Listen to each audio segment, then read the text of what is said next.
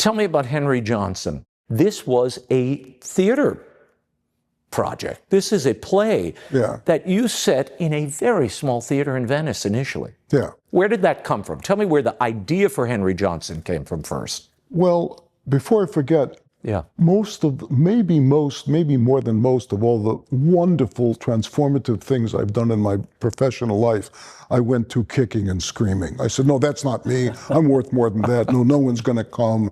So I went to this kicking and screaming. There was,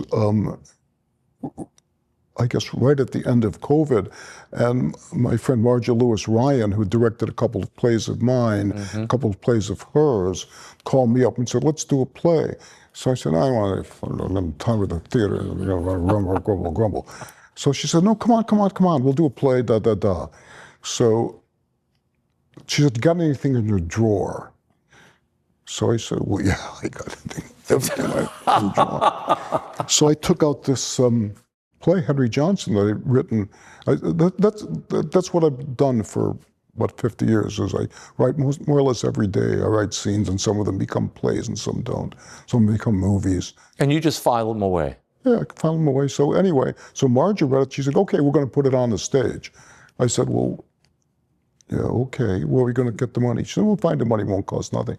So I called up Shai, and I called up Evan, and Dominic Hoffman, and Chris Bauer, and she put the play on.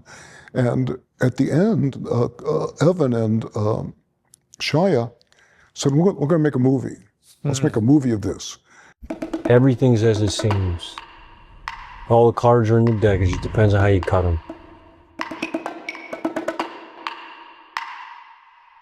It's a sign, you know, of the psychopath. Yes? That they're irresistibly charming. Yes. I mean, why does anyone tell a secret? Why? To get one in return.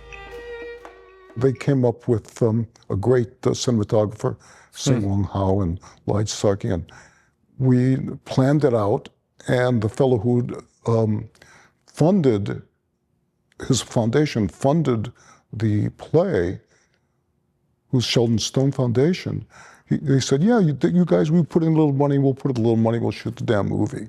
So we did. Tell me about Henry Johnson. Tell me about the conceit of the play and why you were so fascinated by this idea. Well, I knew a guy, and he was talking. I said, where you been? He's going to have lunch. He said, I got to go up to, I can't remember, Lompoc or something like that, to Hatshepsut. So what are you doing up there? So I'm visiting my friend from college. I said, oh, what's he in for?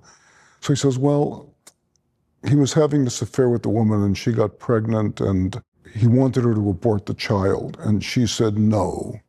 And he said, oh, I'll pay her to abort the child, and she said no. So he had a little goodbye fling with her, during which he induced an abortifacient into her body, and she aborted the child. So he was convicted of manslaughter and sexual assault and all sorts of correctly of things. Yeah. I said, good. He said, no. I said, why are you going to visit him? He said, well, he's my friend. I said, he's your friend and he did that? Yes. He said, well, he's going to get out in a while. Don't you think he's paid his debt to society? I said, I don't know what his debt to society is, but whoever it isn't that young woman whom he violated. So I thought, well, what about this guy? What else does he do when his friend gets out? And the thing he does is he steals money, Henry Johnson, to pay for the guy's defense, right? Because the guy's entitled to defense. Right. And then Henry Johnson ends up in prison, et cetera, et cetera, et cetera. Yeah. And he meets Jean, who's Shia LaBeouf's character. Tell me, you're releasing this movie, Henry Johnson, and you're releasing it in theaters and on the website simultaneously. Yeah. Why did you make that decision? I didn't make the decision. The producers made the decision. But Steven Soderbergh said something to me maybe 20 years ago when he was one of the first guys to do it. He said, it doesn't make any sense. Why not do it all at once? So I guess it makes sense. You like that idea of democratizing this, making it available to everybody wherever they are. Yeah, I think everybody has the inalienable right to buy my products. That's so kind of you, David.